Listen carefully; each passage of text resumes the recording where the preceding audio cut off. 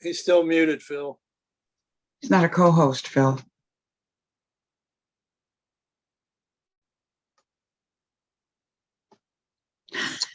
Damn it.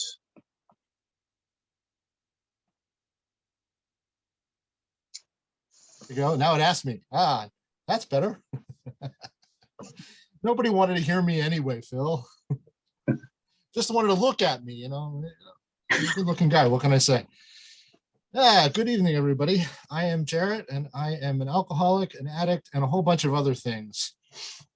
I suffer from a lot of maladies, but thankfully, my higher power saw fit to wake me up this morning, and I've been sober since then.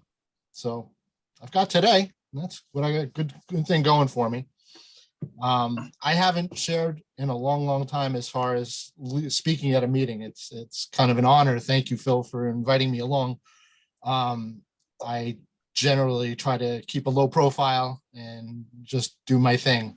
I don't want people to get the wrong idea based on a lot of things. But I can tell you a little bit about my history. I grew up in a fairly average middle-class New York suburbs family. My parents got divorced when I was young, and I had a lot of struggles because of that.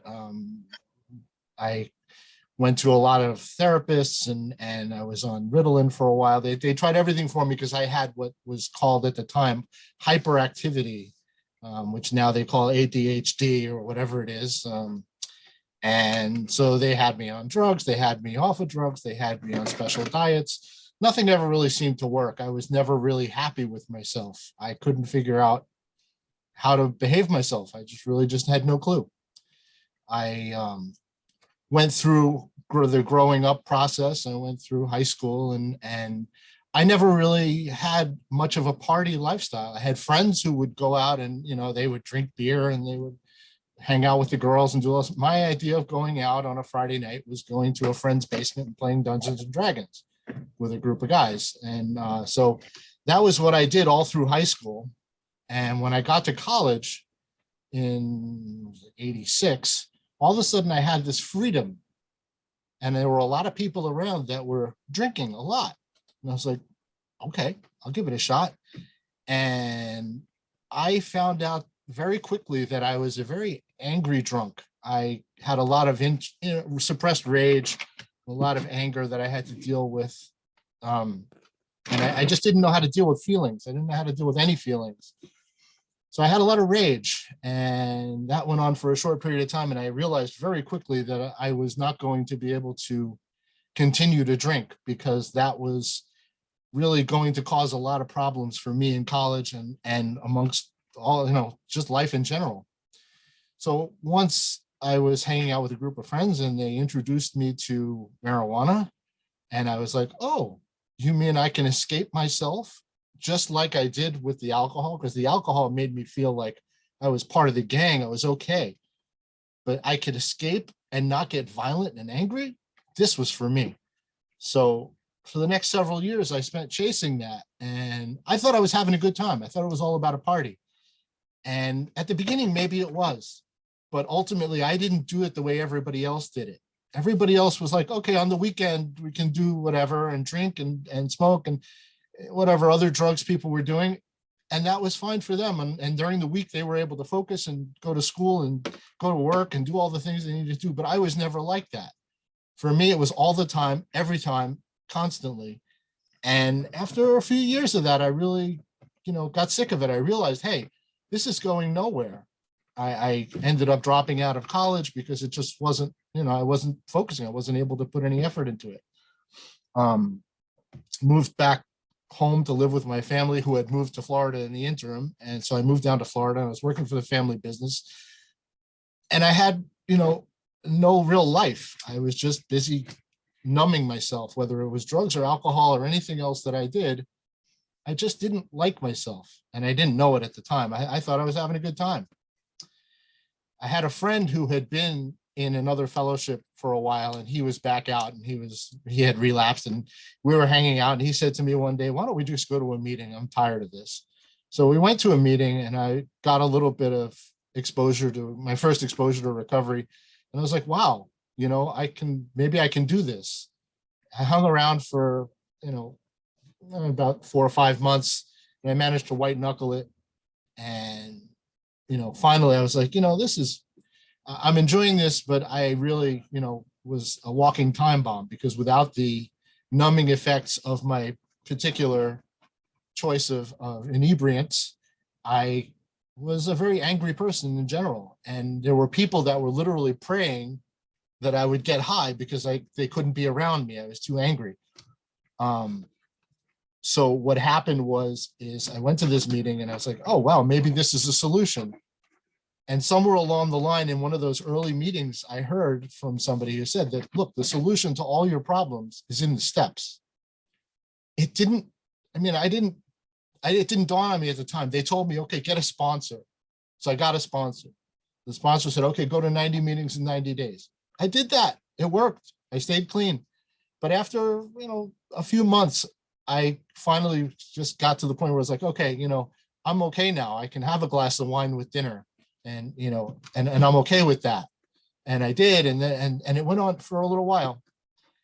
But about, I don't know, a little over a year later, after that first experience with recovery, I realized that it was either I was going to kill myself because I couldn't deal with how I felt about myself, or I needed to make a change. And I remembered somehow what that guy said a year before, hey, the solution to all your problems is in the steps. So I picked myself up. I went back to my regular meeting, which happened to be a 7:30 in the morning meeting, because I was working nights at the time. I was working late night shifts, and then get off work and then go to a meeting. It was great. And I spoke to my sponsor, and he said, okay, let's get to work. Let's work the steps. So I did it. I started working the steps. I surrendered. I said, I'm done. Step one, get honest with myself. What is honesty? My sponsor was like, okay, you got to go and do all this work. He gave me a sheet with a list of questions and words to define, what are the words in the first step? Well, what is honesty? What is honesty? Honesty in the dictionary says it's a lack of intent to deceive.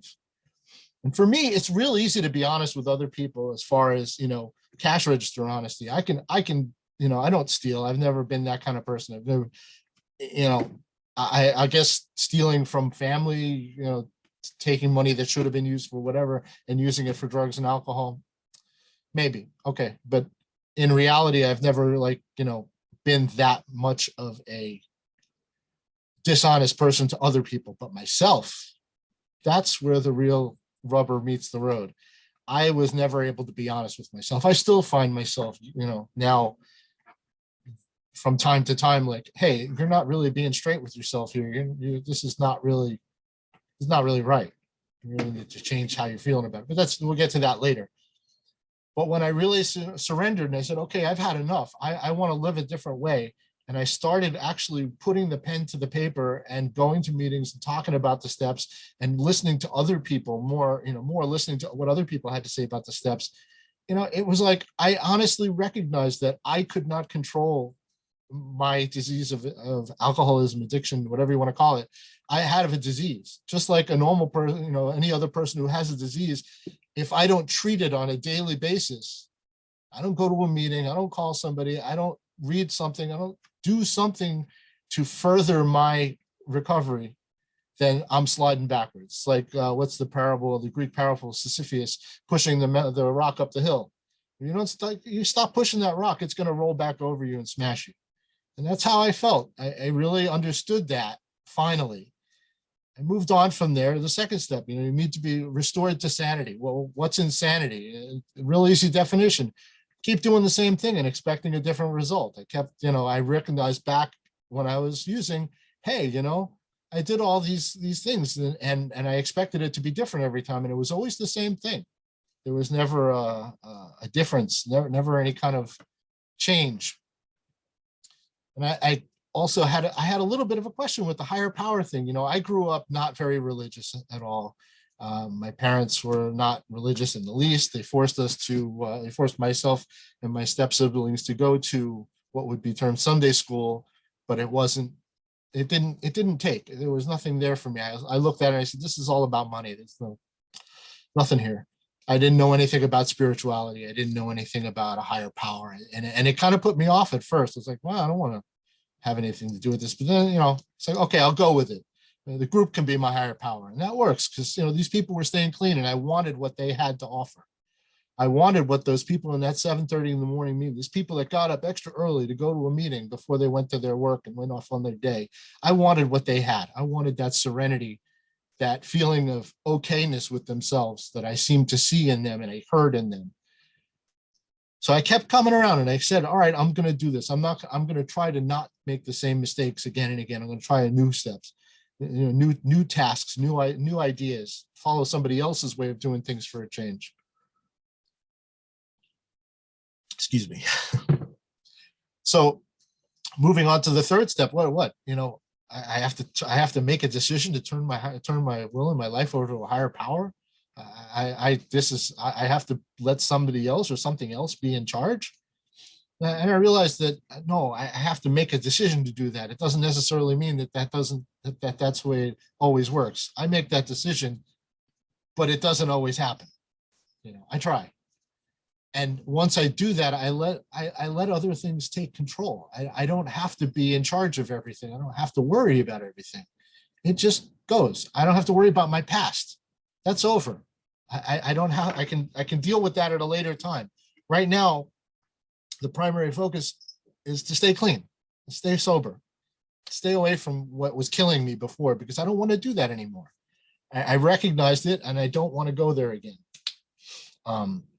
Again, the higher power thing, I heard it said that religion is for people who don't want to go to hell and spirituality is for people who've been there and don't want to go back.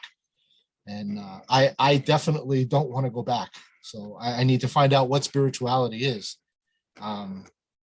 Early in my recovery, 3-4 years in, 5 years in, I went and saw a speaker. I went to a special gathering. I think it was a convention down here, and they brought in a speaker who happened to be an incredible rabbi and a doctor. His name was Twersky. Shalom, his soul should have an elevation. He passed away a couple of years ago. He is also a fantastic author. He's got up and he said something that blew me away. He said, spirituality, what is spirituality? What is it? It's those things that separate us from the animals. What do I mean? When an animal's hungry, it eats, finds something to eat. When an animal wants this or that, when it has that feel, that thought that it has to do, it does. It doesn't have the ability to think and say, is this appropriate? Is this the right thing? So incorporating that, separating myself from being the raw animal that I can be, which is what I was when I was using, when I was drinking, when I was drinking and using, when I was out there before I got into recovery. I was just an animal. There was no thought as to how it might affect other people, how it might affect myself in the long term. Didn't matter. So I wanted more of that. So I moved on to the fourth step. What was my fourth step? Fourth step, it took me 6 months to do my fourth step. And somebody told me that sitting on your fourth step is not really a great thing, but I kept working at it. I kept plugging away. I filled up 2 giant spiral notebooks with just writings and writings and writings of relationships, of feelings, of things, all this stuff that was what we call a moral inventory, all the things that I didn't know about myself. But, now here it was down on black and white in paper, and I couldn't deny it anymore. I thought I was, I always thought I was such a great person, a great guy, blah, blah, and I found out that I wasn't so great. But I also found out that not only was I not so great, but I wasn't so bad either. There were plenty of times where I did things that were nice, that were good. And I had to look at the balance of things. The idea is to look at those things and then be able to grow from them and move on to the next one, to the next right thing, instead of doing the same old wrong things.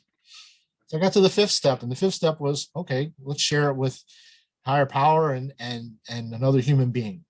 And that was tough. There were a lot of embarrassing things, very seriously deep stuff that I just didn't really feel comfortable sharing. But I sat with my sponsor for a couple hours and we went through the entirety of what I wrote for my 4th step. And when I walked out of that, I felt like I had taken the most incredible shower you could ever imagine. It just felt like cleansed, like it was over, it was gone, it was okay. I was like, okay, now I know who I am. Now I can work on rectifying the past and being happy, faith, having a little faith and a little hope for the future. I had the ability to be like, okay, this is where I need to be. I need to be headed here. Of course, my sponsor then conveniently handed me a sheet of paper, and what was on the sheet of paper? A nice long list of defects. So he said, here, welcome to the sixth step, which was a very uncomfortable place to be. I was told that you don't want to sit on the sixth step, just like the fourth, but the sixth is even worse, because what are we doing? We're looking at our own character defects over, deep and delving into them and trying to figure out and trying to become willing to have them removed. Willing, I said to him, what do? I don't really feel willing. He says, pray for the willingness to be willing. Okay. I didn't know anything about it. So I just tried. I kept working on it, kept investigating, kept looking. I had a lot of words to define. There were a lot of times that I had to open the dictionary and say, I don't really know what this word means. Maybe I thought I knew what the word meant, but I don't really know what the word means. So moving on, I got, finished that up. I got to 7. It's like, okay. And now I have to humbly ask, what is it humbly? What is humble? What does humble mean? Okay, I know humble. I think of myself as a little ant. I'm not so important. I was told humility is not thinking less of myself, not looking less of yourself. It's thinking of yourself less. What I was told is get out of yourself. Go do for others. Go, think about how you can help other people, how you can fix situations from the past. Start thinking about that. Start thinking about how your actions affect other people. That's how I get humble. That's what I was told. That's how I learned. And that's what I stick with. I try very hard to, pay attention to what I'm doing and not let it affect other people. It drives me absolutely bonkers when I'm around people who just have absolutely no sense of how their actions are affecting others, especially me. I get it all the time on the road. I'm sure people can relate to this. Some guy cuts you off. It's like, don't you know? And then I'm like, wait a minute. I'm not so, it's okay. I can let that person be that person. They can worry about their own humility. I just do the best I can to stay out of other people's way. Not perfect, but I try. And then it was time to move on to 8. What's 8? Make a list of the people that we harmed, become willing to make amends, get ready for that, make that list. And of course, I always, just like most, recovering people, I kind of got caught up in the whole anxiety of what I'm going to have to do and what I'm going to have to say and how I'm going to have to, how am I going to make this amends? How am I going to, no, my sponsor said, don't worry about making them. You make the list and get ready, make yourself humble and then make yourself willing to go and do that. And it worked. I just made that list and I had that nice list of things, and some of them just couldn't possibly be done. Some people had passed away. Some people, were just not in my life anymore, and I wasn't going to go searching them out. And that's okay. Later on during the line, maybe that'll straighten itself out. So I got to 9, and 9 is okay, go to people and make amends. I was able to do quite a bit of that. My family, most of all, it was very nice to be able to, show my family that, hey, I'm not the old screw up that I was years before. By this time I had a few years and I was like, somewhat solid. I had my head on somewhat straight. I wasn't completely lost anymore. And they could tell because I wasn't high and I wasn't drunk and I wasn't being completely irresponsible. I still wasn't, I was still trying to figure out who I was and what I was up to, but that's okay.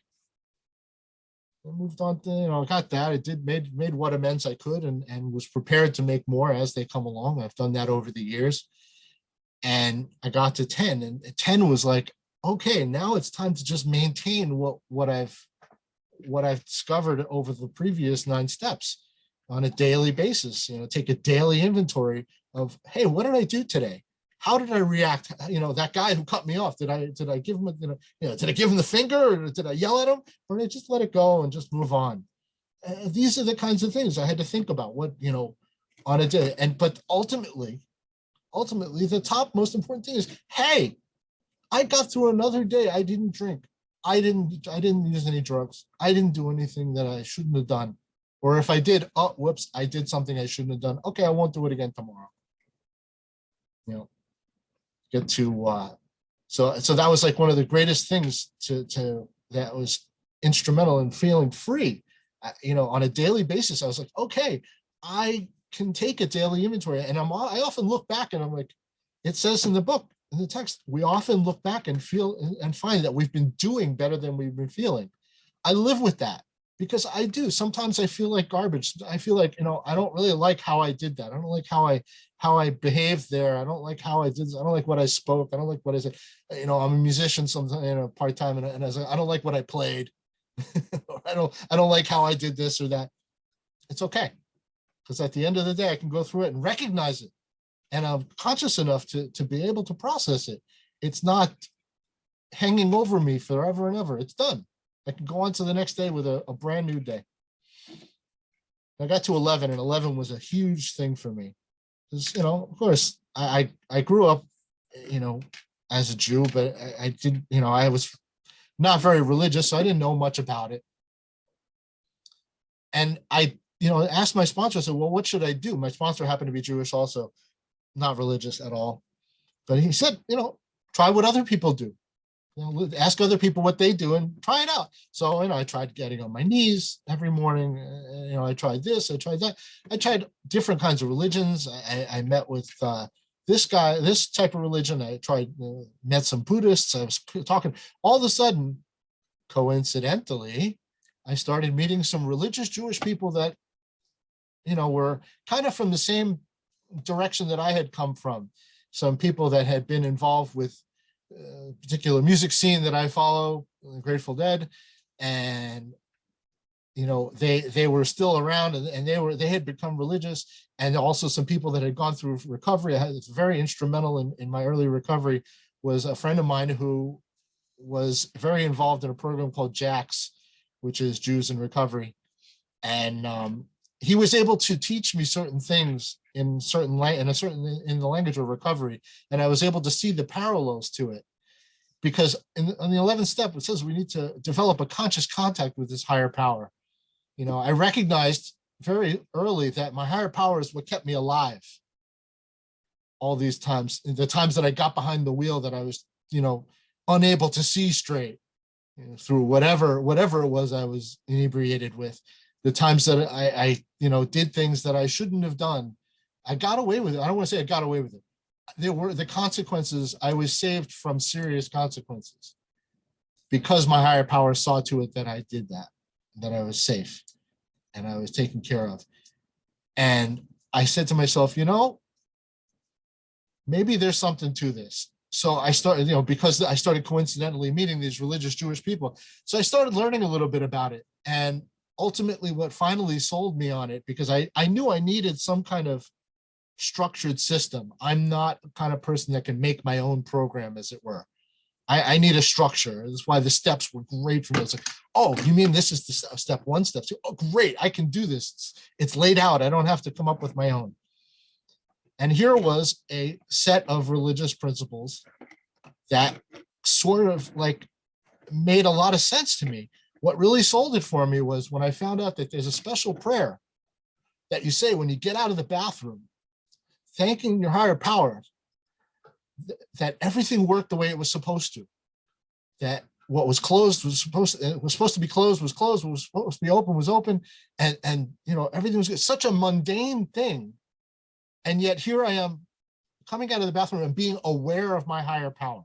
Not just, there were many other things, but that was the ultimate one that was like, wow, how much more conscious of a contact can you have of your higher power than the fact that your higher power is making it so your body is still functioning properly after all the things you did to it. It's like, okay, this works for me. Not for everybody, but it works for me. And I got to 12, and 12 is about carrying the message to others. I do the best I can. I don't have I'm very good at not promoting. I'm very good at not going out there and pushing anybody.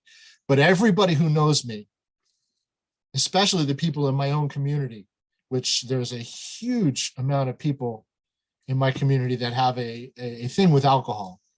It's a regular thing. But everybody in my community, the hundreds of people that are in my local community, know very well that I'm allergic. I'm allergic to alcohol. That's what I tell everybody. When anybody offers me a drink, sorry, I'm allergic to alcohol. I break out in jails, institutions, and death, and sometimes handcuffs.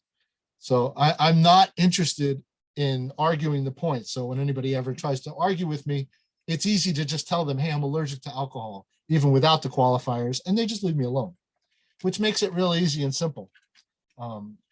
I never, ever feel a temptation in any way, shape, or form to imbibe at this point. There are other temptations, but that goes without saying. The obsession that I had once to get drunk or get high or lose myself or bury myself has been lifted for the most part. And it stays that way on a daily basis because I just do what I have to do to maintain it. I go to meetings, I speak to people, I share what I have, what I can with others. And ultimately I'm grateful for that. I'm a real happy camper.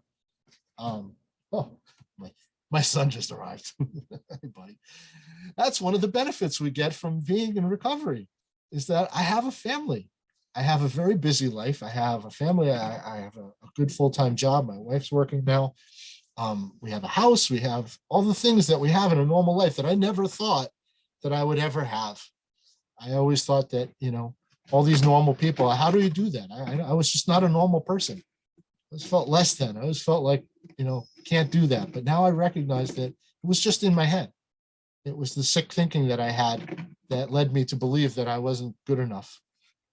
And through the process of working the steps and spending a lot of time around, I've been able to get there somehow, a little bit. I'm still not perfect. I still have a lot to learn. That's why I keep coming around. I know that a lot of you are not going to identify with a lot of what I said. I know that some of you may identify with it. Some of you may, whatever. This is just my experience, and I hope it gave you at least some sort of strength and hope.